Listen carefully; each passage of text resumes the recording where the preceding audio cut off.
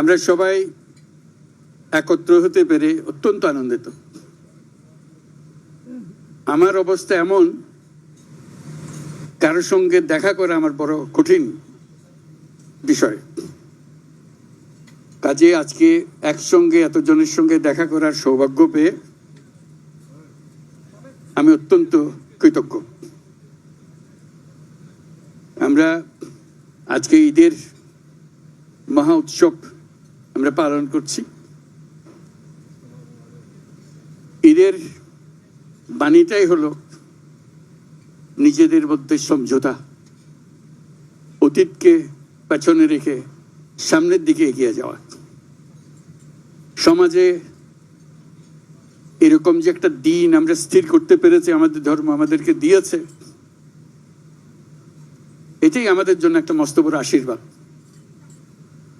একটা দিন, এবং সেটা যেমন তেমন দিন না, যেমন তেমন ভাবে দেখা করলে হয় না, কোলাকুলি করতে হয়। এটাই ধর্মের বিধান। আমরা কোলাকুলি করি, সবাইকে আপন করে নেই। আজকের দিনটা আপন করে নেওয়ার দিন। আমরা সেই বাণী আমাদের মনে ধারণ করে প্রত্যেকে যেন পরস্পরকে ধারণ করি। যত রকম দূরত্ব ছিল সেই দূরত্ব থেকে আমরা সরে আসতে পারি। এটি সমাজের মঙ্গল, যে কোনো সমাজের মঙ্গল।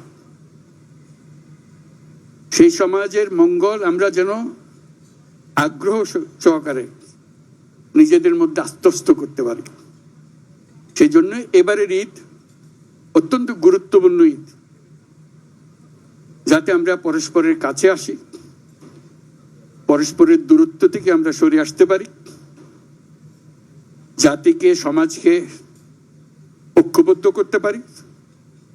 কারণ এই ঐক্যবদ্ধ হওয়াটা আমাদের জন্য, এই সমাজের জন্য বিশেষভাবে জরুরি। সেটা যেন আমরা অর্জন করতে পারি। আজকের এই মিলন মেলায় আমরা সেই বাণী আত্মস্থ করে সামনের পথে অগ্রসর হব। আমরা পরস্পরের প্রতি সহনশীল হব। শুধু সহনশীল নয়, তার চাইতে বেশি আমরা পরস্পরের সাথে বন্ধুত্বপূর্ণ সম্পর্ক স্থাপন করব। এর মাধ্যমে সমাজে শান্তি আসে। বাংলাদেশে শান্তি অত্যন্ত জরুরি। সে কথাটা যেন আমরা মনে রাখি, প্রতিদিন মনে রাখি। আজকের দিনটা আমরা প্রতিদিন স্মরণ করি। আমরা দেশে শান্তি চাই, যাতে মানুষ নিজ মনে নিজের আগ্রহে দিন চলতে পারে, কারো ভয়ে, কারো ভীত হয়ে, কোনো ভয়ে ভীত হয়ে তাকে চলতে না হয়। আমরা সবাই সবার মঙ্গল কামনা করি। জাতির জন্য শান্তি চাই এবং পৃথিবীর জন্য শান্তি চাই। আমরা সারা পৃথিবীর জন্য আমরা শান্তি চাই। Your Excellencies, I'm just emphasizing that this is a day for unifying the nation, unifying the people, so we can overcome all our distances, all our differences, and build up unity among us. And the nation needs that unity, particularly this time that we are passing through our history. It's very important. So I hope you will help us to build this unity and move forward. Bangladesh deserves more. Bangladesh has a future which has not been explored.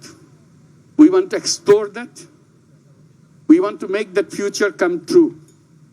So that's where it begins, unifying the nation, building the nation to move forward. Let's do that. Thank you very much for your patience. Eid Mubarak again. Thank you.